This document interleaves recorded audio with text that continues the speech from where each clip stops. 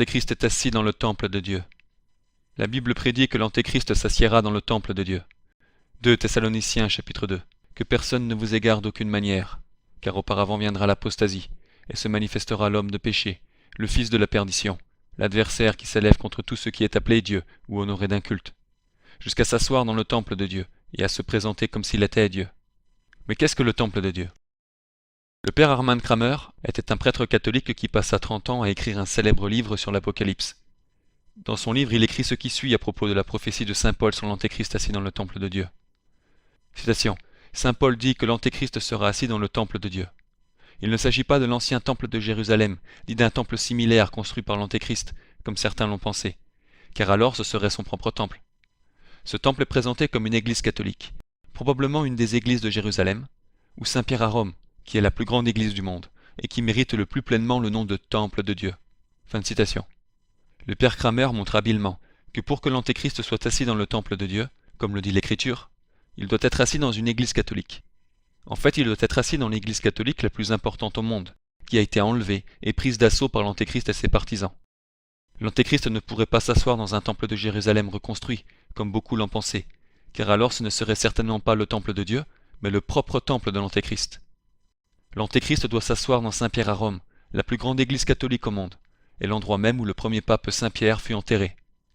Et le fait que l'Antéchrist sera assis à Rome est précisément ce que la bienheureuse Vierge Marie, la Mère de Dieu, a également prédit. Le 19 septembre 1846, la bienheureuse Vierge Marie apparut en France à La Salette et prédit que Rome perdra la foi et deviendra le siège de l'Antéchrist. L'Église sera éclipsée. Notre-Dame a spécifiquement prédit que Rome perdra la foi catholique, tombera dans l'apostasie de la véritable Église du Christ et deviendra le siège de l'Antéchrist.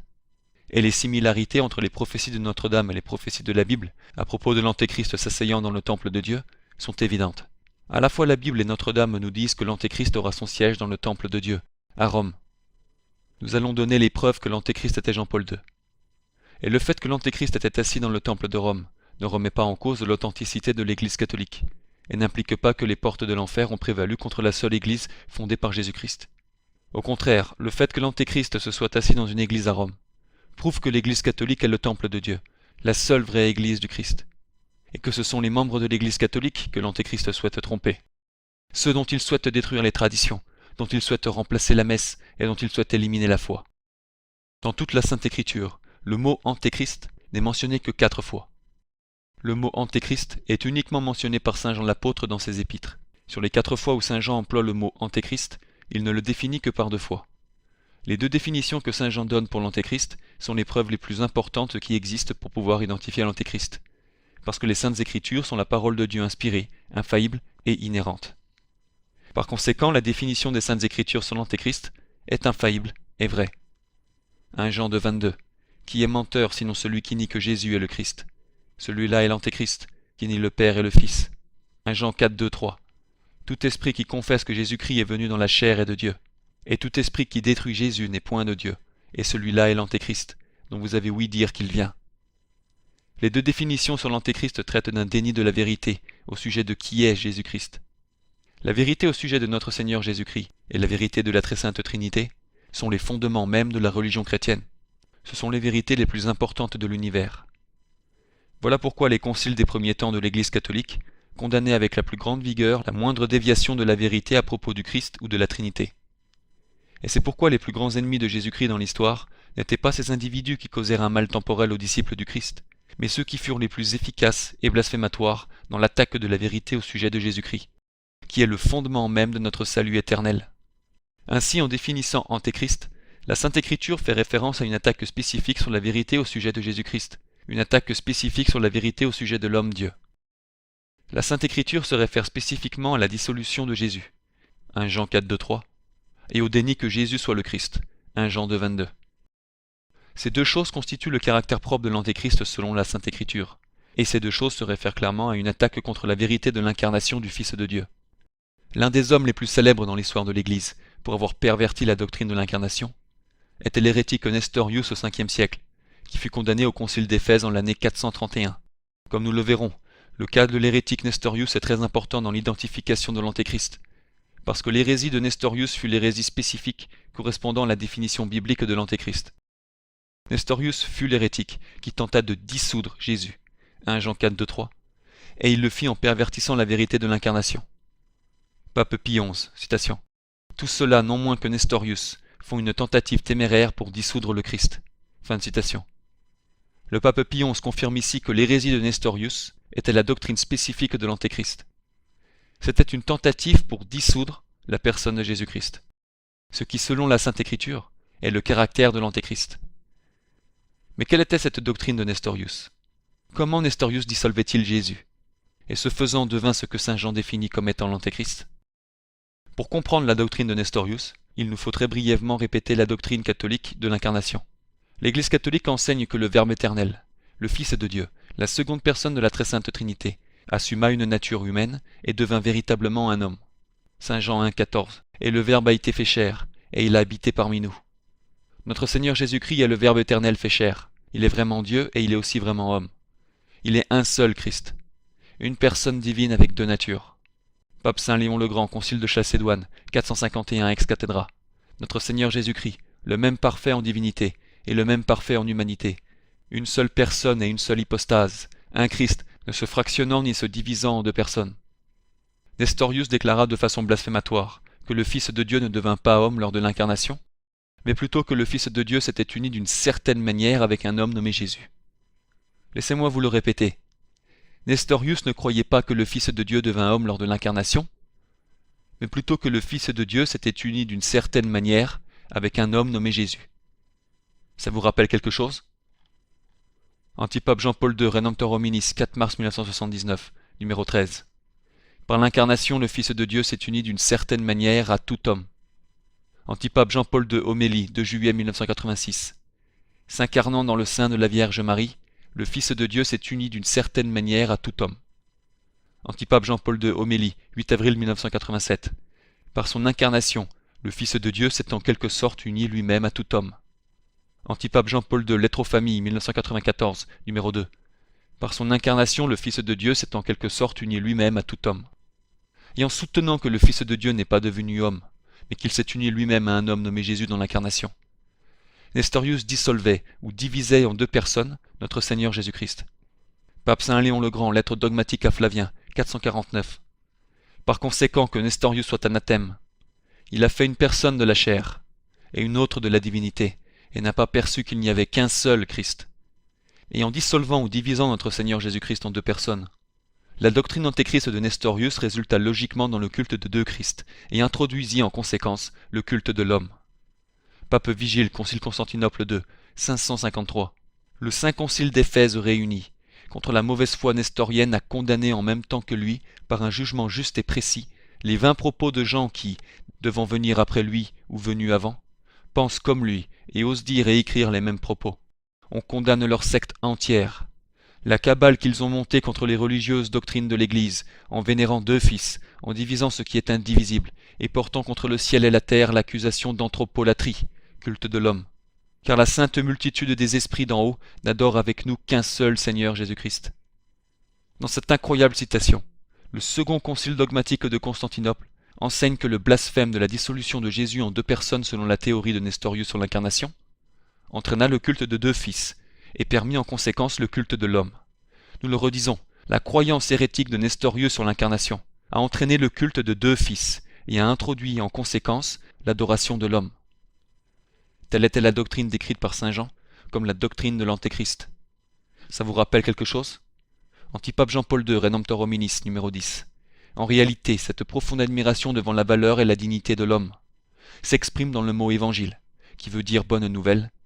Elle est liée aussi au christianisme. Oui, l'antipape Jean-Paul II prêchait l'hérésie de Nestorius, la doctrine de l'Antéchrist. Il prêchait la dissolution de Jésus dans l'incarnation, qui aboutit au culte de plusieurs Christ, ainsi qu'au culte de l'homme. Ici, dans sa toute première encyclique Redemptor Hominis, l'antipape Jean-Paul II définit explicitement l'évangile, la bonne nouvelle et le christianisme comme la profonde admiration devant l'homme, indiquant ainsi que chaque homme est le Jésus-Christ que les chrétiens adorent. Et ce culte de chaque homme, comme Christ, prend sa source dans l'enseignement de l'antipape Jean-Paul II, à savoir que le Fils de Dieu s'est uni à chaque homme lors de l'incarnation. De plus, même si la similitude entre Nestorius et l'antipape Jean-Paul II est indéniable, il y a une différence fondamentale entre les deux. Il y a une différence cruciale entre cet antéchrist préliminaire que fut Nestorius et l'antipape Jean-Paul II. La différence est que la prédication de l'antipape Jean-Paul II était 6 milliards de fois pire. L'antéchrist préliminaire Nestorius dissolvait Jésus en deux, résultant dans le culte de deux Christ. Tandis que l'antipape Jean-Paul II dissout Jésus en 6 milliards. 6 milliards de personnes en qui le Christ se serait dissous lors de l'incarnation, amenant ainsi au culte de 6 milliards de Christ. Antipape Jean-Paul II, audience, 25 janvier 1984. Le Christ, le Fils de Dieu, en s'incarnant, assume l'humanité de chaque homme. À ce moment-là, il s'unit à chaque personne. Dans l'encyclique Redemptor Hominis, j'ai écrit que cette profonde admiration devant la valeur et la dignité de l'homme s'exprime dans le mot évangile, c'est-à-dire bonne nouvelle. Elle est liée aussi au christianisme. Ici, l'antipape Jean-Paul II illustre sa dissolution de Jésus, sa doctrine de l'antéchrist et son culte de l'homme, avec une logique irréfutable. Il nous dit que parce que le Fils de Dieu était uni à chaque homme dans l'incarnation, c'est-à-dire parce que le Fils de Dieu s'est dissous dans chaque homme lors de l'incarnation, alors le christianisme signifie la profonde admiration devant chaque homme. Parce qu'en vertu de cet événement, chaque homme est Jésus-Christ. Chaque homme est vraiment Fils de Dieu et vraiment homme. Nous prouverons dans cette vidéo que cette doctrine de l'antéchrist, que chaque homme est devenu le Fils de Dieu dans l'incarnation, et qu'il est donc Jésus-Christ, est ce que l'antipape Jean-Paul II prêchait au monde. L'antipape Jean-Paul II prêchait que chaque homme doit prendre possession de l'incarnation. Juste avant de définir le christianisme, dans sa première encyclique Redemptor Hominis, comme la profonde admiration devant l'homme, l'antipape Jean-Paul II écrivit ce qui suit. Antipape Jean-Paul II, Redemptor Hominis numéro 10. L'homme qui veut se comprendre lui-même jusqu'au fond doit s'approprier et assimiler toute la réalité de l'incarnation et de la rédemption pour se retrouver soi-même. S'il laisse ce processus se réaliser profondément en lui, il produit alors des fruits non seulement d'adoration envers Dieu, mais aussi de profond émerveillement pour soi-même. S'approprier quelque chose, c'est en prendre possession. Assimiler quelque chose, c'est l'absorber. Par conséquent, l'antipape Jean-Paul II dit ici que l'homme doit prendre possession de l'incarnation, ce qui veut dire qu'il doit prendre possession du fait que Dieu est devenu homme pour se retrouver. Cela signifie que l'homme doit comprendre qu'il est un homme-dieu pour se retrouver soi-même. Lorsque ceci se produit dans l'homme, selon l'antipape Jean-Paul II, l'homme possédera non seulement l'adoration envers Dieu, mais aussi un profond émerveillement pour soi-même, parce qu'il apprendra qu'il est lui aussi le Christ, le Fils de Dieu fait homme. C'est pourquoi l'antipape Jean-Paul II a défini le christianisme comme la profonde admiration devant chaque homme, juste dans l'article suivant de cette même encyclique, confirmant ainsi que cette adoration de chaque homme vient directement de l'incarnation. De plus, l'antipape Jean-Paul II répète son important message, à propos de prendre possession de l'incarnation pour trouver l'homme, de nombreuses fois dans ses écrits, puisque comme nous l'avons déjà montré, il s'agit du fondement de son contre-évangile de l'antéchrist. L'antipape Jean-Paul II prêchait que l'évangile est la bonne nouvelle de l'homme. L'antipape Jean-Paul II a défini l'évangile comme la profonde admiration devant chaque homme, dans sa première encyclique et à bien d'autres reprises. Mais l'antipape Jean-Paul II définissait également l'évangile comme la bonne nouvelle de Jésus-Christ. Le point important est que pour l'antéchrist, ce n'est pas une contradiction, car son message en tant qu'antéchrist est que chaque homme est Jésus-Christ. Antipape Jean-Paul II, discours, 7 mars 1983. L'évangile est quelqu'un, c'est Jésus-Christ. Antipape Jean-Paul II, homélie, 1er juin 1980. Non seulement le message de l'évangile s'adresse à l'homme, mais c'est un grand message messianique sur l'homme. C'est la révélation à l'homme de la vérité complète sur lui-même. Antipape Jean-Paul II, Redemptoris Missio, numéro 13. Jésus est lui-même la bonne nouvelle. Il proclame la bonne nouvelle non seulement par ce qu'il dit ou ce qu'il fait, mais par ce qu'il est. Antipape Jean-Paul II, homélie, 4 juin 1997. L'Évangile, en proclamant la bonne nouvelle de Jésus, annonce aussi la bonne nouvelle de l'homme. Antipape Jean-Paul II, Christi Fideles Laici, 30 décembre 1988, numéro 7. Jésus-Christ lui-même est la nouvelle. Antipape Jean-Paul II, homélie, 9 mai 1988. L'Évangile est la révélation de Dieu. Et c'est aussi la révélation de la vérité sur l'homme, sur sa dignité. Nous l'appelons bonne nouvelle ou bonne annonce. L'antipape Jean-Paul II prêchait au monde entier que l'homme et Jésus ne sont qu'une seule et même personne, et que l'Évangile est la vérité au sujet de Jésus, et aussi la vérité au sujet de chaque homme. En fait, la citation suivante est particulièrement révélatrice. Antipape Jean-Paul II, discours, 8 janvier 2001. J'ai invité chacun à se tourner vers Jésus pour découvrir la vérité de l'homme, de façon nouvelle et plus profonde. Connaître la vérité du Christ signifie ressentir avec un profond émerveillement la valeur et la dignité de chaque être humain, qui est la bonne nouvelle de l'Évangile. Tout d'abord, notez que l'antipape Jean-Paul II se réfère à Redemptor Hominis numéro 10. Redemptor Hominis est l'encyclique où l'antipape Jean-Paul II a défini pour la première fois l'évangile et le christianisme comme la profonde admiration devant l'homme. Deuxièmement, juste avant de donner cette référence, l'antipape Jean-Paul II dit que connaître la vérité du Christ, c'est ressentir avec un profond émerveillement la valeur et la dignité de chaque être humain. En d'autres termes, selon l'antipape Jean-Paul II, connaître la vérité du Christ signifie ressentir chaque être humain, et ceci constitue la bonne nouvelle de l'Évangile. Cet enseignement signifie que chaque homme est Jésus-Christ. Galates 1:8-9. Mais si nous-mêmes ou un ange du ciel vous évangélisait autrement que nous vous avons évangélisé, qu'il soit anathème.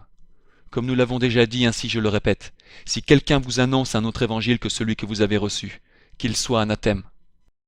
Une des encycliques les plus connues de l'antipape Jean-Paul II était Evangelium Vitae, paru en 1995. Evangelium Vitae signifie l'évangile de la vie. Evangelium Vitae, 25 mars 1995, numéro 29.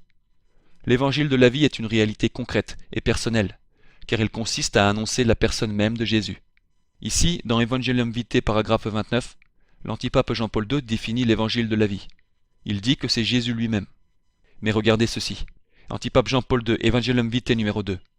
L'évangile de l'amour de Dieu pour l'homme, l'évangile de la dignité de la personne et l'évangile de la vie sont un évangile unique et indivisible.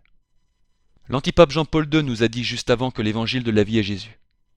Et ici, il nous dit aussi que l'évangile de la vie est l'évangile de la dignité de la personne. Il dit clairement que la proclamation de Jésus est aussi la proclamation de chaque homme. Ils sont donc une seule et même proclamation indivisible. L'antipape Jean-Paul II prêchait que l'homme est le Christ, le Fils du Dieu vivant. Dans le chapitre 16 de l'évangile de saint Matthieu, est rapporté l'un des événements les plus importants de l'histoire du christianisme. Or Jésus vint aux environs de Césarée de Philippe, et il interrogeait ses disciples, disant « Quel est celui que les hommes disent être le Fils de l'homme » Ceux-ci répondirent « Les uns disent que c'est Jean-Baptiste, d'autres Élie, d'autres Jérémie, ou quelqu'un des prophètes. » Jésus leur demanda « Et vous, qui dites-vous que je suis » Prenant la parole, Simon-Pierre dit « Vous êtes le Christ, le Fils du Dieu vivant. » En cet instant dramatique dans l'histoire du salut, Saint Pierre professa la vérité qui repose au cœur de l'Évangile. Il professa avec raison que Jésus est le Christ, le Fils du Dieu vivant. Dans sa toute première homélie, l'antipape Jean-Paul II traite de ces paroles prononcées par Saint Pierre sur notre Seigneur Jésus-Christ. Antipape Jean-Paul II, toute première homélie, marquant à jamais le début de son ministère pastoral, dimanche 22 octobre 1978. Tu es le Christ, le Fils du Dieu vivant. Matthieu 16:16. Ces paroles, c'est Simon, fils de Jonas, qui les a prononcées dans la région de Césarée de Philippe. Elles marquent le commencement de la mission de Pierre dans l'histoire du salut. Aujourd'hui et en ce lieu, il faut que de nouveau soient prononcées et écoutées les mêmes paroles. Tu es le Christ, le Fils du Dieu vivant. Veuillez accueillir encore une fois aujourd'hui, et en ce lieu sacré, les paroles prononcées par Saint Pierre. Ces paroles contiennent la foi de l'Église. Elles contiennent la vérité nouvelle, bien plus, la vérité ultime et définitive sur l'homme, le Fils du Dieu vivant. Tu es le Christ, le Fils du Dieu vivant. Dans sa toute première homélie en tant qu'antipape en 1978, dans le discours qui marquera à jamais le début de son ministère pastoral, ce dimanche 22 octobre 1978, l'antipape Jean-Paul II proclama au monde entier que l'homme est le Christ, le Fils du Dieu vivant. Il disait même que c'était une vérité nouvelle que lui, l'Antéchrist, devait révéler. Tu es le Christ, le Fils du Dieu vivant. D'après l'antipape Jean-Paul II, ces paroles de Saint Pierre concernant notre Seigneur Jésus-Christ sont des paroles qui décrivent la vérité sur l'homme. Pape Saint Pie X, en revanche, et c'est là où dire du même apôtre, le caractère propre de l'Antéchrist, l'homme, avec une témérité sans nom, a usurpé la place du Créateur. La caractéristique propre à l'Antéchrist, l'homme à la place de Dieu, était ce qui caractérisait l'enseignement de l'antipape Jean-Paul II. Il était là pour substituer à l'évangile de Jésus-Christ un évangile de l'homme en tant que Christ. Il substituait à la vérité au sujet de Jésus-Christ la vérité au sujet de l'homme. L'antipape Jean-Paul II prêchait que la vérité sur l'homme est qu'il est Jésus-Christ. Dans les écrits de l'antipape Jean-Paul II, on trouve d'innombrables références à l'homme. Mais on trouve aussi d'innombrables références à la vérité sur l'homme. On sait maintenant ce que voulait signifier l'antipape Jean-Paul II quand il faisait référence à cette vérité sur l'homme. C'est que la vérité sur l'homme est qu'il est Jésus-Christ. Antipape Jean-Paul II, homélie, 17 décembre 1991. Chers frères et sœurs, regardez vers le Christ, la vérité sur l'homme. Là, l'antipape Jean-Paul II nous dit explicitement que le Christ est la vérité sur l'homme. Ça signifie que la vérité de l'homme est qu'il est Jésus-Christ. Antipape Jean-Paul II, audience, 22 février 1984. Pour que les consciences soient libérées dans la pleine vérité de l'homme, qui est le Christ. L'antipape Jean-Paul II prêchait que le Verbe s'est fait chair en tout homme. Dans Jean 1,14, on lit à propos de l'incarnation du Fils de Dieu. Et le Verbe a été fait chair, et il a habité parmi nous. Voici ce qu'avait à dire l'antipape Jean-Paul II sur ces paroles. Antipape Jean-Paul II, encyclique sur le Saint-Esprit, numéro 50. Le Verbe s'est fait chair. L'incarnation de Dieu Fils signifie que la nature humaine est élevée à l'unité avec Dieu, mais aussi en elle, en un sens, tout ce qui est chair, toute l'humanité. L'antipape Jean-Paul II cite ici les paroles de Jean 1,14 et dit que le Verbe devenant chair signifie la prise de tout ce qui est chair, toute l'humanité. Cela signifie littéralement que le Fils de Dieu est devenu toute chair, toute l'humanité. Et c'est pourquoi l'antipape Jean-Paul II dit la chose suivante. Antipape Jean-Paul II, Evangelium Vitae, numéro 104. C'est dans la chair de tout homme que le Christ continue à se révéler, à tel point que le rejet de la vie de l'homme, sous ses diverses formes, est réellement le rejet du Christ. Ici, l'antipape Jean-Paul II confirme sa doctrine, comme il l'énonçait dans l'encyclique sur le Saint-Esprit numéro 50. Parce que le Verbe s'est fait chair dans toute l'humanité, c'est dans la chair de tout homme que le Christ se révèle lui-même. Tout homme est le Verbe fait chair selon l'Antéchrist. Remarquez comment il met même le mot chair entre guillemets, indiquant spécifiquement que chaque homme est le Verbe fait chair de Jean 1,14. L'antipape Jean-Paul II prêchait que l'incarnation est la vérité sur l'homme. Antipape Jean-Paul II, homélie, 27 janvier 1999. Dans l'incarnation, Dieu se révèle pleinement dans le Fils. L'incarnation révèle également la vérité sur l'homme. Antipape Jean-Paul II, Angélus, 4 janvier 1981. La venue de Jésus dans le monde, la naissance de Dieu dans un corps humain, est une vérité pénétrante et éblouissante. C'est un chemin sur lequel l'homme, à mesure qu'il marche, se retrouve lui-même. Cela signifie que chaque homme découvre qu'il est Dieu dans un corps humain. Antipape Jean-Paul II, homélie, 14 décembre 1999. En fixant le regard sur le mystère du Verbe incarné, l'homme se retrouve lui-même. Ici, l'antipape Jean-Paul II affirme carrément qu'en regardant le Dieu homme, l'homme se retrouve lui-même. Antipape Jean-Paul II, discours, 9 septembre 2000. Fixant nos regards sur le mystère du Verbe incarné, l'homme se découvre lui-même. Jean-Paul II prêchait que le mystère du Verbe incarné est le mystère de l'homme. Antipape Jean-Paul II, discours, 14 janvier 1999. Et en réalité, le mystère de l'homme ne s'éclaire vraiment que dans le mystère du Verbe incarné. L'antipape Jean-Paul II a prononcé cette déclaration une centaine de fois. Il nous disait que c'est seulement dans le mystère du Verbe incarné, c'est-à-dire seulement dans le mystère du Dieu-homme, que le mystère de l'homme s'éclaire. Parce que selon l'Antéchrist, chaque homme est l'homme-dieu. Notez que l'antipape Jean-Paul II n'a pas dit que c'est dans l'enseignement du Verbe incarné que le mystère de l'homme s'éclaire, mais dans le mystère du Verbe incarné, le mystère de l'homme-dieu lui-même, notre Seigneur Jésus-Christ. Antipape Jean-Paul II, Veritatis Splendor, 6 août 1993, numéro 2. En réalité, le mystère de l'homme ne s'éclaire vraiment que dans le mystère du Verbe incarné. Antipape Jean-Paul II, encyclique sur la foi et la raison, numéro 12. En réalité, le mystère de l'homme ne s'éclaire vraiment que dans le mystère du Verbe incarné. Antipape Jean-Paul II, homélie, 25 octobre 1991. En réalité, c'est seulement dans le mystère du Verbe incarné que le mystère de l'homme s'éclaire vraiment. L'antipape Jean-Paul II prêchait que Marie est bienheureuse parce qu'elle a eu foi en l'homme. Dans Luc 1,45, Élisabeth parle à Marie.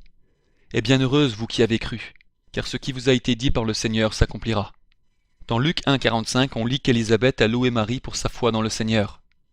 Voilà ce que dit l'antipape Jean-Paul II à propos de cet événement. Antipape Jean-Paul II, homélie, 31 mai 1980. Sur le seuil de la maison de Zacharie, Élisabeth dit à Marie, « Heureuse es-tu, toi qui as cru. » Luc 1,45. Rendons honneur à la maternité, parce qu'en elle s'exprime la foi de l'homme. Il faut croire depuis le début en l'homme. Heureuse es-tu, Marie, toi qui as cru. Luc 1,45 nous dit que Marie croyait au Seigneur. Dans une homélie commentant Luc 1,45, l'Antéchrist nous dit que Marie croyait dès le début en l'homme. Il disait clairement que le Seigneur auquel Marie croyait était chaque homme. L'antipape Jean-Paul II prêchait que chaque homme est le Christ enfant né le jour de Noël. Tout comme l'antipape Jean-Paul II déclara dans sa première homélie que l'homme est le Christ, le Fils du Dieu vivant, et tout comme il déclara dans sa première encyclique que le christianisme, la bonne nouvelle et l'évangile sont la profonde admiration devant chaque homme, de même l'Antéchrist avait un message à dire au monde entier dans son premier discours de Noël en tant qu'antipape. Antipape Jean-Paul II, Urbi et Orbi, 25 décembre 1978. Ce message s'adresse à chaque homme, à l'homme dans son humanité. Noël est la fête de l'homme. C'est la naissance de l'homme. La définition de Noël est la suivante. Noël, commémoration de la naissance du Christ. Noël est la fête de la naissance de Jésus-Christ. Mais l'Antéchrist, dans son premier message de Noël, proclama à chaque être humain que Noël est la fête de l'homme. Il indiquait clairement que chaque homme est le Seigneur Jésus-Christ. Et l'Antéchrist a continué de prêcher ce message sur Noël au cours des années. Antipape Jean-Paul II, Urbi et Orbi, 25 décembre 1979. Noël est la fête de tous les enfants du monde. De tous. Antipape Jean-Paul II, Homélie, 25 décembre 1993. Le Saint Noël est la fête de l'homme. Antipape Jean-Paul II, Urbi et Orbi, 25 décembre 1978. Acceptez la vérité entière sur l'homme, qui a été dite dans la nuit de Noël. Aucune vérité sur l'homme ne fut prononcée le soir de Noël. La seule vérité qui fut prononcée concerne la naissance du Sauveur. C'est qu'il vous est né aujourd'hui dans la ville de David, un Sauveur, qui est le Christ Seigneur. Luc 2, 11. Si la nuit de Noël avait également fait paraître la vérité entière sur l'homme, comme le disait l'Antéchrist, alors la vérité entière sur l'homme, c'est qu'il est Jésus-Christ. Antipape Jean-Paul II, Evangelium Vitae numéro 1. Aujourd'hui vous est né un Sauveur dans la cité de David, qui est le Christ Seigneur. Assurément, la naissance du Sauveur a libéré cette grande joie. Mais à Noël, le sens plénier de toute naissance humaine se trouve également révélé. Antipape Jean-Paul II, Audience, 23 décembre 1988. La naissance du Fils de Dieu nous montre aussi la profonde vérité à propos de l'homme. Antipape Jean-Paul II, Urbi et Orbi, 25 décembre 1978. Si nous célébrons aujourd'hui de manière aussi solennelle la naissance de Jésus, nous le faisons pour rendre témoignage au fait que chaque homme est unique, absolument singulier. Ici, l'Antéchrist admet que la célébration solennelle de Noël n'a pour but que de rendre témoignage à chaque homme. Antipape Jean-Paul II, Homélie, 24 décembre 1985. La naissance du Seigneur est la lumière du sens. La lumière du sens retrouvée de toutes choses. Et par-dessus tout, du sens de l'homme. Dans cette incroyable homélie de la veille de Noël 1985, l'Antéchrist déclara que la naissance du Seigneur est le sens de l'homme. Cela veut dire que l'homme est le Seigneur qui naquit à Noël. L'Antipape Jean-Paul II prêchait que l'épiphanie est la manifestation de l'homme. Le mot épiphanie signifie une manifestation de Dieu. Même l'Antipape Jean-Paul II le reconnaissait. Antipape Jean-Paul II, Angélus, 2 janvier 1983. Comme cela est bien connu, l'épiphanie signifie la manifestation de Jésus au temple, la révélation du Messie attendue depuis des siècles. Mais voyez maintenant que l'Antéchrist a également défini que chaque bébé est une épiphanie de Dieu. Antipape Jean-Paul II, Angélus, 11 janvier 1998. Chaque bébé qui vient au monde est une épiphanie de Dieu. Ceci indique par sa propre définition que chaque bébé qui vient au monde est Dieu. Antipape Jean-Paul II sur la famille chrétienne, 22 novembre 1980, numéro 30. L'Église prend parti pour la vie, et dans chaque vie humaine, elle sait découvrir la splendeur de ce oui, de cet Amen, qu'est le Christ. L'Antipape Jean-Paul II prêchait que l'homme est la voie. Dans le chapitre 14 de Jean, on lit la chose suivante. Thomas lui dit, « Seigneur, nous ne savons où vous allez. Et comment pouvons-nous en savoir la voie ?» Jésus lui répondit, « Moi je suis la voie. » Dans l'un des versets les plus frappants de la Sainte Écriture, Jésus-Christ nous dit que lui, Jésus, est la voie. Et que nous dit l'Antipape à ce sujet? Antipape Jean-Paul II, discours, 9 février 2001. L'être humain est la voie. Antipape Jean-Paul II, encyclique sur le travail humain, 14 septembre 1981. L'homme est la première route et la route fondamentale de l'Église. Il faut alors revenir sans cesse sur cette route. Antipape Jean-Paul II, discours, 7 avril 1998. L'homme est la voie première. Antipape Jean-Paul II, discours, 14 juin 1999. L'homme est la voie première et fondamentale de l'Église. Antipape Jean-Paul II, lettre aux familles, numéro 1. L'homme est la route. Jésus-Christ nous a très clairement dit que lui, Jésus, est la voie. L'Antipape Jean-Paul II nous disait que l'homme est la voie. L'Antipape Jean-Paul II prêchait que l'homme est la voie, alors que seul Jésus est la voie. Il ne fait aucun doute que l'Antipape Jean-Paul II était pleinement conscient de placer l'homme à la place de Dieu, quand il prêchait que l'homme est la voie. Oui, cet homme qui parlait couramment 14 langues, qui a été la personne la plus vue de l'histoire du monde, qui a voyagé plus que quiconque dans l'histoire, et a parlé à plus de gens que quiconque dans l'histoire, était pleinement conscient que Jésus-Christ est le chemin. Antipape Jean-Paul II, catéchésie Tradendae, 16 octobre 1979, numéro 5. C'est Jésus qui est le chemin, la vérité et la vie. Jean 14, 6. Antipape Jean-Paul II, catéchésie Tradendae, numéro 22. Christ qui est chemin. Antipape Jean-Paul II sur le fidèle laïque, numéro 34. Pour toi, le Christ est le chemin. Antipape Jean-Paul II, homélie, 8 avril 2001. Car seul Jésus est le chemin. L'Antipape Jean-Paul II savait très bien que seul Jésus est le chemin. Pourtant il prêcha maintes et maintes fois que l'homme est le chemin. L'Antipape Jean-Paul II nous prêchait qu'il n'y a pas de contradiction entre les deux déclarations, que l'homme et le Christ sont indivisibles parce qu'ils sont pareils. Antipape Jean-Paul II, homélie, 10 décembre 1989. Afin qu'il nous soit donné d'ouvrir à notre tour la voie du Seigneur et la voie de l'homme, qui est la voie de l'Église. Saint Jean-Baptiste prêchait avant la venue du Christ. Jean 1, 23. Je suis, répondit-il, la voix de celui qui crie dans le désert. Redressez la voix du Seigneur. Mais l'antipape Jean-Paul II nous disait d'ouvrir la voix du Seigneur et la voix de l'homme. Le sens de sa déclaration est flagrante. Ça signifie que l'homme est le Seigneur. En effet, notez la dernière phrase de cette incroyable citation de l'Antéchrist. Il ne nous dit pas d'ouvrir les voies du Seigneur et de l'homme, qui sont le chemin de l'Église. Au contraire, il dit ouvrir à notre tour la voie du Seigneur et la voie de l'homme, qui est la voie de l'Église. Ils sont une seule et même voie, selon l'Antéchrist. Antipape Jean-Paul II, lettre aux familles, numéro 23. Qu'il nous soit donné de suivre toujours celui qui est le chemin, la vérité et la vie. Jean 14, 6. Antipape Jean-Paul II, Redemptor Hominis, numéro 13. Jésus-Christ est la route principale de l'Église. Antipape Jean-Paul II, Redemptor Hominis, numéro 22. Là encore, l'Église reconnaît le chemin de sa vie quotidienne, que constitue tout homme. L'antipape Jean-Paul II prêchait que l'homme est la vérité. Dans Jean 14, 6, non seulement notre Seigneur Jésus-Christ s'identifie lui-même comme le chemin, mais aussi comme la vérité. Je suis le chemin, la vérité et la vie. Nul ne vient au Père que par moi. Jean 14, 6. Jésus-Christ nous dit qu'il est la vérité. Et que nous dit l'Antéchrist? Antipape Jean-Paul II, Veritatis Splendor, numéro 84. La question de Pilate, qu'est-ce que la vérité? Jaillit aujourd'hui aussi de la perplexité désolée d'un homme qui ne sait plus qui il est. Ici, l'Antéchrist nous dit que la question de Pilate, qu'est-ce que la vérité, reflète la perplexité d'un homme qui ne sait plus qui il est. L'Antéchrist tentait ici de nous jeter au visage son évangile satanique sorti tout droit de l'enfer. Il voulait nous en mettre plein la vue que l'homme est la vérité, que chaque homme est réellement le Christ que Pilate ne pouvait pas reconnaître, et que Pilate lui-même, quand il l'omit de percevoir la vérité qui était en sa présence, la vérité qui est notre Seigneur Jésus-Christ, avait échoué de percevoir l'homme qu'il est. En plus de la vérité, l'un des principaux titres de notre Seigneur Jésus-Christ est le Verbe. Jean 1, 1. Au commencement était le Verbe, et le Verbe était en Dieu, et le Verbe était Dieu. L'antipape Jean-Paul II a reconnu ce fait au numéro 36 de son encyclique sur le Saint-Esprit. Antipape Jean-Paul II, encyclique sur le Saint-Esprit, numéro 36. Le reflet du Verbe, Fils éternel. Mais voyez comment l'antipape Jean-Paul II appliquait ce titre de notre Seigneur à l'homme, dans le paragraphe suivant de cette même encyclique. Jean-Paul II, encyclique sur le Saint-Esprit, numéro 37. Nous nous trouvons ici au centre même de ce que l'on pourrait appeler l'antiverbe, c'est-à-dire l'anti-vérité. Ainsi se trouve faussée la vérité de l'homme. Au paragraphe 36 de l'encyclique sur le Saint-Esprit, l'antipape Jean-Paul II nous disait que Jésus-Christ est le Verbe, le Fils éternel. Mais là, au paragraphe 37 de la même encyclique, l'Antéchrist nous disait que l'antiverbe et l'anti-vérité sont une falsification de la vérité sur l'homme. Une falsification au sujet de ce qu'est l'homme. Ceci signifie clairement que l'homme est le Verbe, la vérité, le Fils de Dieu. L'antipape Jean-Paul II prêchait que l'homme est la vie. Dans Jean 14, 6, notre Seigneur Jésus-Christ s'identifie non seulement comme la voie et la vérité, mais aussi comme la vie. Jean 14, 6. Moi, je suis la voie, la vérité et la vie. Jésus-Christ nous dit qu'il est la vie.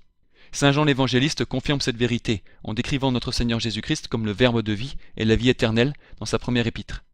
1 Jean 1. Ce qui était dès le commencement, ce que nous avons entendu, ce que nous avons vu de nos yeux, ce que nous avons contemplé et touché par nos mains, du Verbe de la vie. Car la vie s'est manifestée, nous l'avons vue, nous l'attestons, et nous vous l'annonçons, cette vie éternelle qui nous est apparue. Dans ce passage intense de la Sainte Écriture, Saint Jean identifie que Jésus-Christ est la vie éternelle, comme notre Seigneur nous l'a dit lui-même. Mais qu'est-ce que dit l'Antéchrist? Que dit l'Antéchrist sur le passage de la Sainte Écriture que nous venons de citer à l'instant? Le premier chapitre de la première épître de Saint Jean. Antipape Jean-Paul II, Evangelium Vitae numéro 30. La signification la plus profonde et la plus originale de cette méditation du message révélé sur la vie humaine a été saisie par l'apôtre Jean, qui écrit au début de sa première lettre « Ce qui était dès le commencement, ce que nous avons entendu, du Verbe de vie, car la vie s'est manifestée. Nous l'avons vue, nous en rendons témoignage et nous vous annonçons cette vie éternelle qui était tournée vers le Père et qui nous est apparue. » Là, l'antipape Jean-Paul II cite mot pour mot le passage d'ouverture de la première épître de Saint Jean, où Saint Jean décrit entendre et voir Jésus-Christ le Verbe de vie. L'Antéchrist nous dit que ce passage au sujet de notre Seigneur Jésus-Christ est le message révélé sur la vie humaine. Cela signifie que chaque être humain est le Verbe de la vie, notre Seigneur Jésus-Christ. Et l'Antéchrist savait exactement ce qu'il disait, quand il attribuait à l'homme ce verset sur notre Seigneur.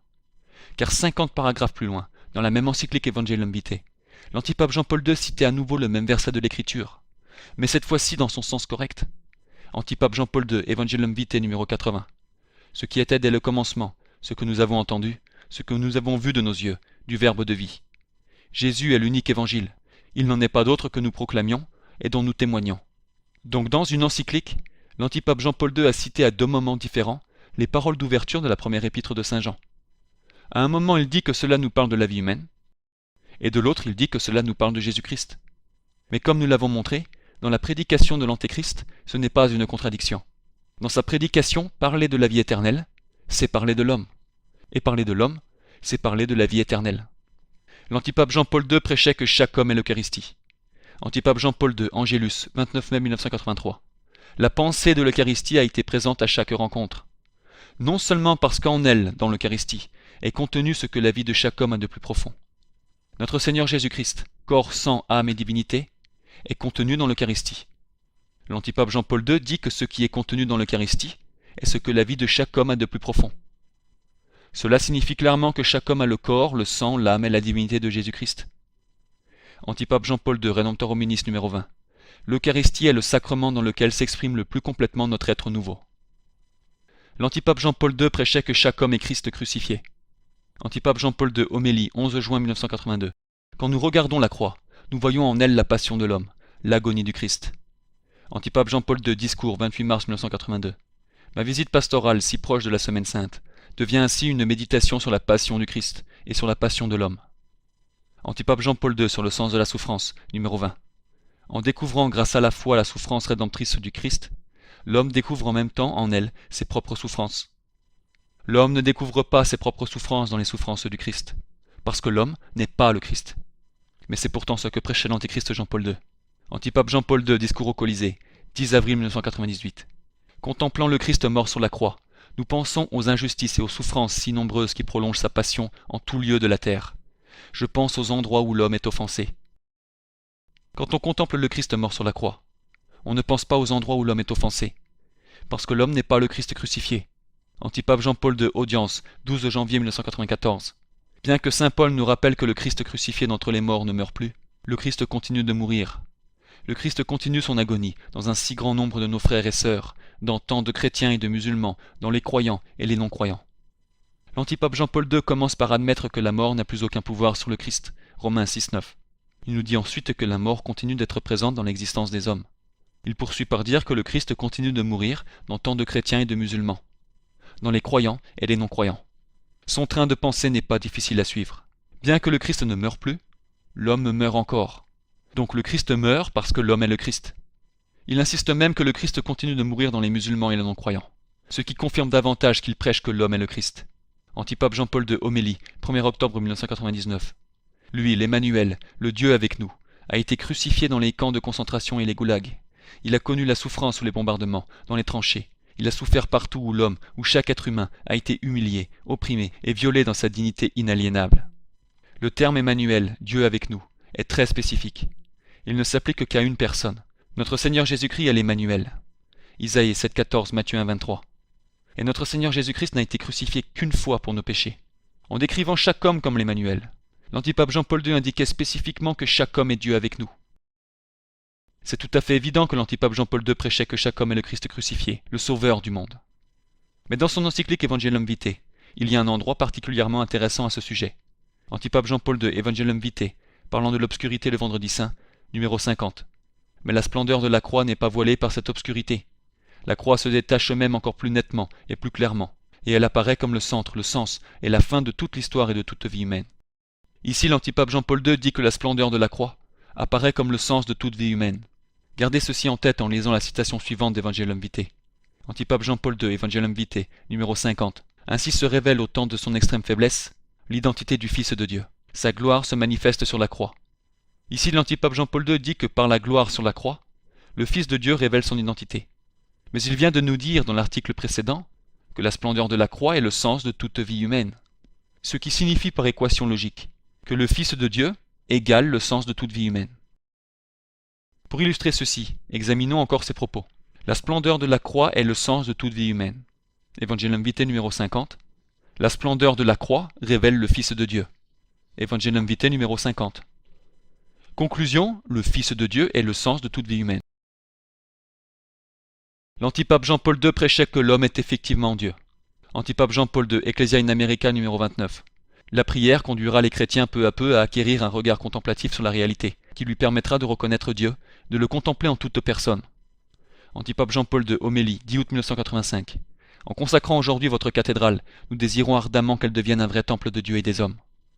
Cette citation prouve que l'antipape Jean-Paul II prêchait l'adoration de l'homme en tant que Dieu, en réclamant la transformation du temple de Dieu en un temple de Dieu et des hommes. Antipape Jean-Paul II, homélie, 9 août 1980. La première et principale intention de chaque organisation et de chaque État, le respect et l'amour pour l'homme. Antipape Jean-Paul II, discours, 13 avril 1979. La conscience de toute l'humanité pour laquelle, comme elle le proclame, la cause de l'homme est l'objectif principal de tout progrès.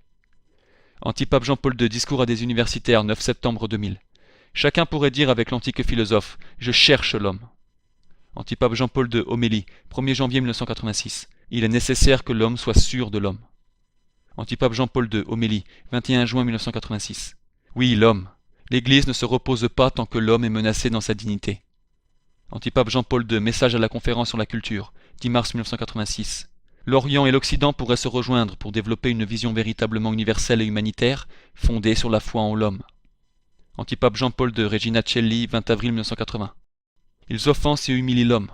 L'homme, la sublime créature de Dieu, qu'on ne peut ni ne doit offenser. Souvenez-vous, Nestorius prêchait que Jésus-Christ est deux personnes, le Fils de Dieu et un homme nommé Jésus. Et l'antipape Jean-Paul II faisait pareil, prêchant que chaque homme est deux personnes, le Fils de Dieu et un homme simple. Voilà pourquoi, dans une seule phrase, il peut dire que l'homme est une créature de Dieu, et peut indiquer dans le même temps que l'homme est Dieu, qu'on ne peut ni ne doit offenser. L'antipape Jean-Paul II prêchait que l'homme est l'homme d'en haut. Dans Jean 8, 23, on lit la chose suivante. Jésus leur disait, « Vous, vous êtes d'en bas, moi je suis d'en haut. Vous êtes de ce monde, moi je ne suis pas de ce monde. Je vous ai donc dit que vous mourriez dans vos péchés. Car si vous ne me croyez pas ce que je suis, vous mourrez dans vos péchés. » Dans ce puissant verset de l'évangile de Saint Jean, notre Seigneur Jésus-Christ se décrit lui-même comme celui d'en haut. Et il décrit l'homme comme celui d'en bas. Gardez ça en tête en lisant les paroles suivantes de l'Antéchrist. Antipape Jean-Paul II, homélie, 30 mars 1982. En se regardant lui-même, l'homme découvre aussi, comme le dit le Christ dans le dialogue avec les pharisiens, ce qui est d'en bas et ce qui est d'en haut. L'homme découvre en lui-même, c'est une expérience constante, l'homme d'en bas et l'homme d'en haut. Non pas deux hommes, mais aussi presque deux dimensions du même homme. De l'homme qui est chacun d'entre nous, moi, toi, lui, elle.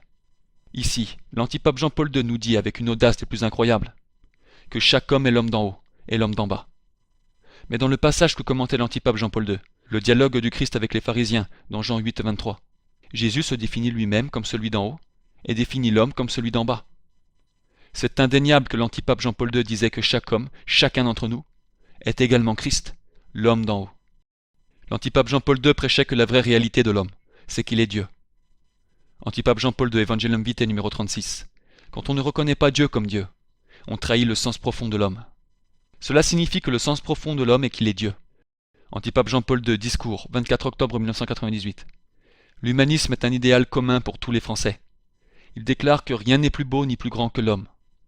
Antipape Jean-Paul II, Urbi et Orbi, 25 décembre 1985. Qu'est-ce que la grâce ? La grâce est précisément la manifestation de Dieu. La grâce est Dieu en tant que notre Père. Elle est le Fils de Dieu comme le Fils de la Vierge. Elle est le Saint-Esprit. La grâce est aussi l'homme. L'Antéchrist nous dit que la grâce est Dieu et que la grâce est aussi l'homme. Antipape Jean-Paul II, Veritatis Splendor numéro 58. L'importance de ce dialogue intime de l'homme avec lui-même. Mais en réalité, il s'agit du dialogue de l'homme avec Dieu. L'antipape Jean-Paul II dit ici que le dialogue de l'homme avec lui-même est un dialogue de l'homme avec Dieu. Antipape Jean-Paul II, Veritatis Splendor numéro 10. Ce qu'est l'homme et ce qu'il doit faire se découvre au moment où Dieu se révèle lui-même. Ici, l'antipape Jean-Paul II nous dit sournoisement que ce qu'est l'homme se découvre dès que Dieu se révèle lui-même. Ce qui signifie que ce qu'est l'homme est Dieu lui-même révélé. Antipape Jean-Paul II, encyclique sur le Saint-Esprit numéro 47. C'est le mystère de Dieu qui dévoile et éclaire le mystère de l'homme. Le mystère de Dieu, c'est que Dieu est. Par conséquent, l'antipape Jean-Paul II dit que le mystère de l'homme est dévoilé dans le fait que Dieu est. Antipape Jean-Paul II, audience, 15 septembre 1982. Jérusalem peut devenir aussi la ville de l'homme. Antipape Jean-Paul II, discours, 17 septembre 1998. Leur sang sera une semence évangélique. Ils vous aideront à ne pas perdre espoir en l'homme. Antipape Jean-Paul II, Evangelium Vitae numéro 3. Aussi, toute menace contre la dignité de l'homme et contre sa vie ne peut-elle que toucher le cœur même de l'Église. Elle ne peut que l'atteindre au centre de sa foi, en l'incarnation rédemptrice du Fils de Dieu. Ici, l'Antéchrist dit que toute menace contre la dignité de l'homme atteint la foi en l'incarnation. Et pourquoi ça ? Eh bien, si chaque homme est devenu Dieu dans l'incarnation, comme le prêchait l'Antéchrist, alors toute menace contre l'homme atteint la foi en l'incarnation. Antipape Jean-Paul II, Urbi et Orbi, 31 mars 1991. Que le respect pour l'homme soit total. Toute offense à la personne est une offense à Dieu. Antipape Jean-Paul II, Journée mondiale de prière pour la paix, 24 janvier 2002. Offenser l'homme revient en définitive à offenser Dieu. Antipape Jean-Paul II, Homélie, 24 juin 1988. Dieu voudrait rencontrer dans l'homme l'ensemble de la création. Ici, l'antipape Jean-Paul II indique que dans l'homme, on peut trouver l'ensemble de la création. Antipape Jean-Paul II, Evangelium Vitae numéro 21. L'éclipse du sens de Dieu et du sens de l'homme. Antipape Jean-Paul II, Evangelium Vitae numéro 23. L'éclipse du sens de Dieu et de l'homme. Antipape Jean-Paul II, Evangelium Vitae numéro 24. L'éclipse du sens de Dieu et de l'homme. Dans les paragraphes 21 à 24 d'Evangelium Vitae, l'antipape Jean-Paul II fait 3 déclarations regrettant la perte du sens de Dieu et de l'homme dans la société. Gardez ça en tête en lisant la citation qui suit. Antipape Jean-Paul II, Evangelium Vitae numéro 22. En réalité, vivant comme si Dieu n'existait pas, l'homme perd non seulement le sens du mystère de Dieu, mais encore celui du monde et celui du mystère de son être même. Ici, l'Antéchrist explique qu'en vivant comme si Dieu n'existait pas, l'homme perd de vue le mystère de son propre être. Cela équivaut, être humain égale être Dieu. Et c'est pourquoi dans la même section de cette encyclique, il parle 3 fois de l'éclipse du sens de Dieu et de l'homme. Il nous prêche qu'éclipser Dieu revient à éclipser l'homme, parce qu'ils sont la même chose. L'antipape Jean-Paul II prêchait que l'homme est le Messie. Antipape Jean-Paul II, Homélie, 12 septembre 1982. Et le sens de la vie humaine, le sens que celle-ci a dans le plan éternel de l'amour, on ne peut le saisir dans ce concours messianique que Jésus de Nazareth a eu un jour avec Pierre, et qu'il continue d'avoir avec chaque homme, et avec toute l'humanité. Le christianisme est la religion du concours messianique, avec l'homme et pour l'homme. Ici, l'antipape Jean-Paul II dit que Pierre et toute l'humanité ont eu et continuent d'avoir un concours messianique avec Jésus-Christ. Le mot Messie signifie sauveur. Par conséquent, un concours messianique est un concours entre sauveurs. Ce que veut dire cette homélie de l'antipape Jean-Paul II, c'est qu'il existe une compétition entre chaque homme et Jésus-Christ, au sujet de qui est le sauveur. Et selon l'antéchrist antipape Jean-Paul II, c'est seulement dans cette compétition messianique qu'on peut saisir le sens de la vie humaine. Antipape Jean-Paul II, Urbi et Orbi, 25 décembre 1987, parlant de Marie, la mère de Dieu. En elle, le monde qui attend son Dieu. En elle, la créature complètement ouverte devant son Créateur. En elle est l'histoire de chaque être humain, partout sur terre. L'antéchrist Jean-Paul II nous dit que dans la mère de Dieu, il y a l'histoire de chaque être humain. Mais en Marie, il n'y avait que Jésus-Christ, le Fils du Dieu vivant. En disant que chaque être humain partout sur la terre était dans le sein de la mère de Dieu, l'antipape Jean-Paul II indiquait que chaque être humain partout sur la terre est Jésus-Christ. L'antipape Jean-Paul II prêchait la nouvelle évangélisation. L'antéchrist veut évangéliser le monde pour l'homme, rendant tout plus humain. Parce que selon son évangile, toute l'humanité est le Christ. Antipape Jean-Paul II, Homélie, 15 mai 1982. L'éducation se destine à humaniser l'homme. Antipape Jean-Paul II, Homélie, 7 juillet 1980. Le véritable apôtre de l'Évangile est celui qui humanise et évangélise en même temps. Et en essayant de convertir le monde à l'homme en tant que Christ, l'Antéchrist assimilait souvent explicitement le fait de devenir plus humain avec le fait de devenir plus divin. C'est-à-dire qu'il assimilait explicitement devenir plus semblable à l'homme avec devenir plus semblable à Dieu. Antipape Jean-Paul II, Discours, 18 mai 1996. Ainsi vous contribuerez à la transformation du monde. Vous le rendrez plus humain et donc plus divin. Là encore, l'Antéchrist dit que devenir plus semblable à l'homme revient par conséquent à devenir plus semblable à Dieu, indiquant que l'homme est Dieu. Antipape Jean-Paul II, Incarnationis Mysterium numéro 2. L'Église ouvre à chaque être humain la perspective d'être divinisé, et ainsi de devenir davantage homme. Là encore, l'Antéchrist dit explicitement que pour devenir plus divin, il faut devenir plus homme, assimilant par conséquent Dieu avec l'homme. L'antipape Jean-Paul II prêchait que l'homme doit découvrir qu'il est Dieu. Antipape Jean-Paul II, Homélie, 6 mars 1988. Tu n'auras pas d'autre Dieu devant moi. Tu aimeras ton Dieu de tout ton cœur, de toute ton âme et de toutes tes forces. Autrement, toi, homme, tu ne te retrouveras pas toi-même. L'antipape Jean-Paul II cite le premier commandement à propos d'adorer Dieu, et dit que si vous n'adorez pas Dieu, vous ne pourrez pas vous découvrir vous-même. Antipape Jean-Paul II, Angélus, 7 mars 1982.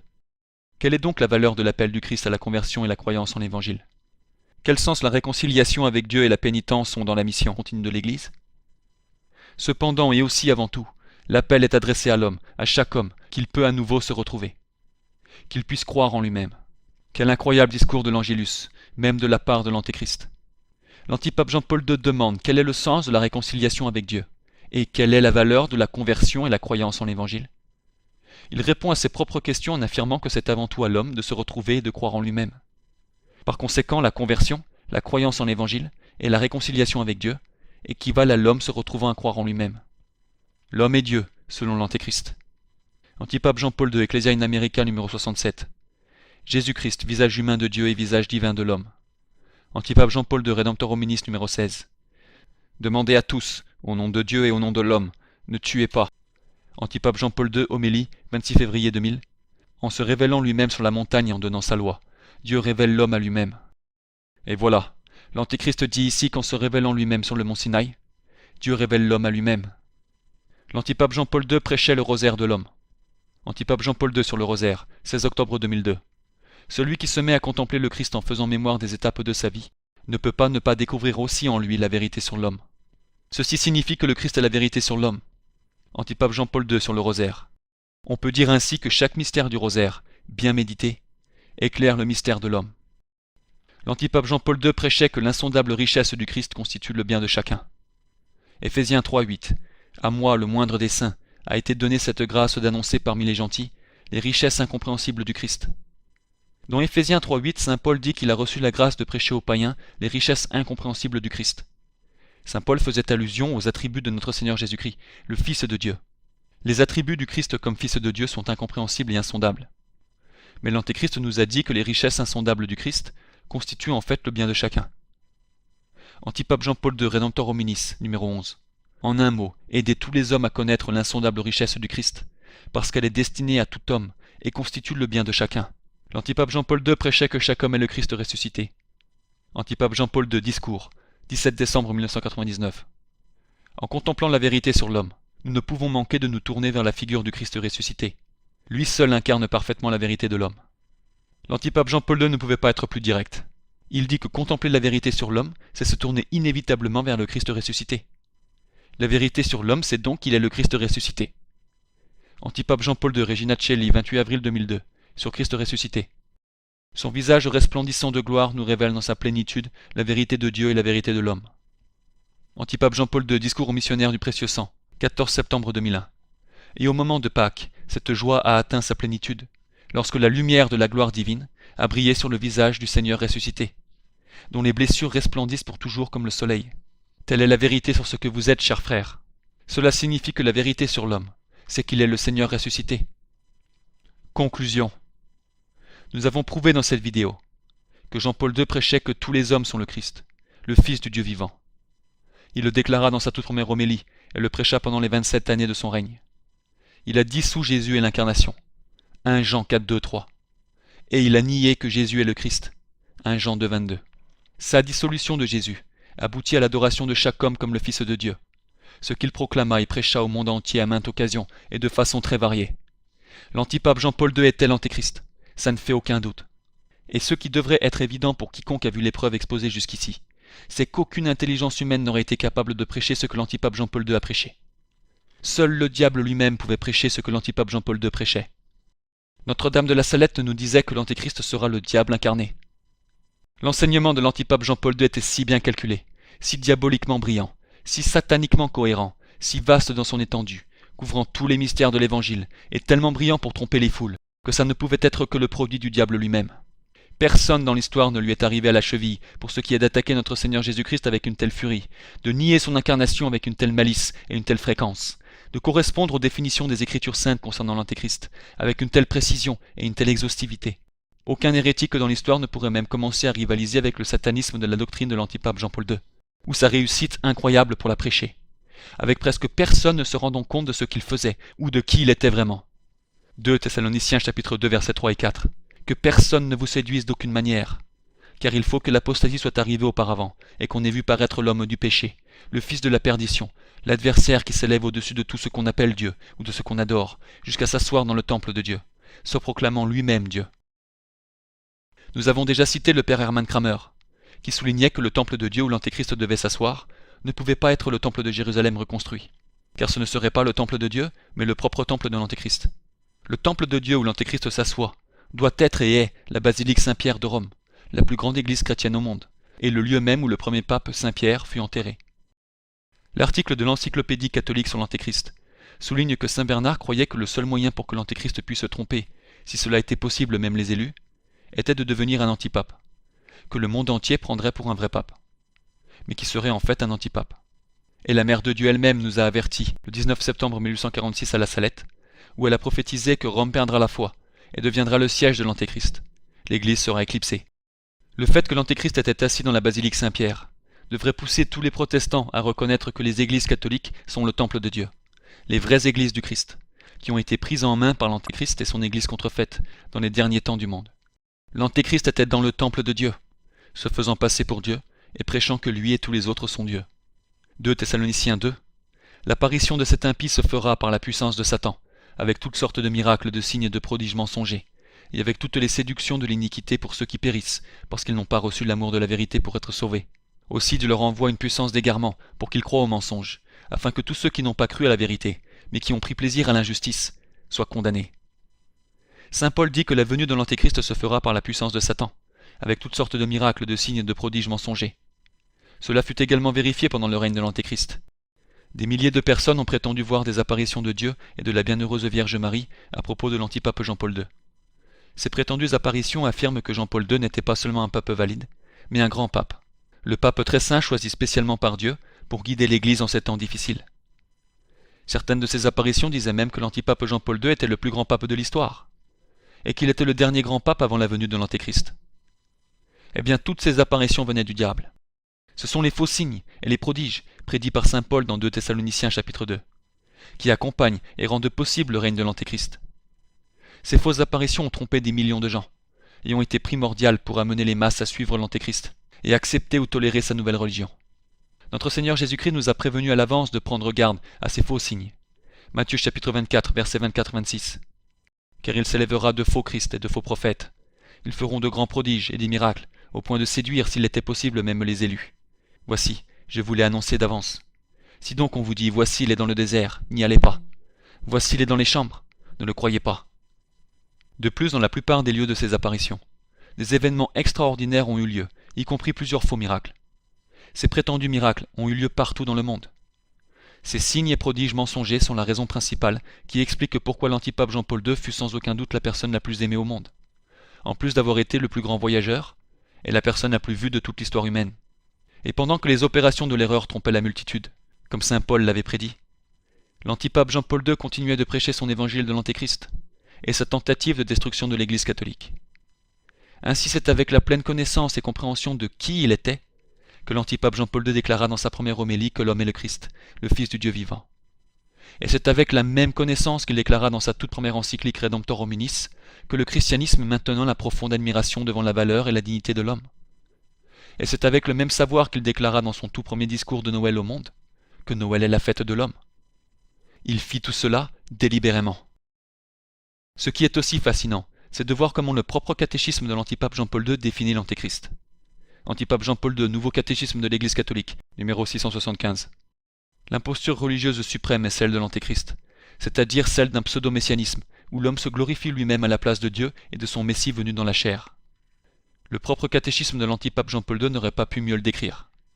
Il pointait clairement du doigt que la tromperie de l'Antéchrist est un faux messianisme où l'homme remplace le Fils de Dieu fait chair. Cette religion de l'Antéchrist est non seulement la marque de l'enseignement de l'antipape Jean-Paul II, mais fut également pratiquée dans la liturgie de son Église Vatican II. La nouvelle messe de cette Église de contrefaçon met l'homme à la place de Dieu, en faisant que le prêtre soit face à l'homme plutôt que face à Dieu pendant la liturgie, et en orientant l'adoration entière vers l'homme plutôt que vers Dieu. La nouvelle messe, la liturgie de la fausse Église de l'antipape Jean-Paul II, ont pour objectif de pousser les masses à l'idolâtrie et à l'adoration de l'homme, tout comme l'antipape Jean-Paul II le prêchait aux gens dans ses encycliques et ses discours. Donc ceux qui assistent à la nouvelle messe doivent arrêter d'y aller s'ils veulent sauver leur âme. Ceux qui acceptent l'antipape Jean-Paul II comme un catholique, ou sa fausse Église Vatican II comme l'Église catholique, doivent changer de position. Et ceux qui donnent de l'argent à des organisations qui affirment que l'antipape Jean-Paul II était le pape, doivent cesser immédiatement s'ils ne veulent pas périr en enfer avec l'Antéchrist. Tous doivent retourner à la foi catholique traditionnelle et la profession de tous ses dogmes. Lorsque notre Seigneur Jésus-Christ vint la première fois, la plupart des gens espéraient que le Messie longtemps attendu serait un chef temporel. Ils s'attendaient à ce que le Christ soit un roi qui conquérirait physiquement la terre. Mais le vrai Messie, notre Seigneur Jésus-Christ, nous a dit que son royaume n'est pas de ce monde. Le royaume de notre Seigneur Jésus-Christ constitue quelque chose de bien plus important que les choses éphémères de ce monde, et le prestige passager des rois et des puissants de cette terre. Le royaume de notre Seigneur Jésus-Christ concerne la vie éternelle, et la mort éternelle de l'homme. Il porte sur ce qui compte vraiment, le paradis et l'enfer, le bonheur éternel ou le châtiment éternel. Matthieu 16, 26. Et que servirait-il à un homme de gagner tout le monde, s'il perdait son âme? Et l'Antéchrist comprenait cela pleinement. Il savait qu'au final tout ce qui compte sont les âmes des hommes.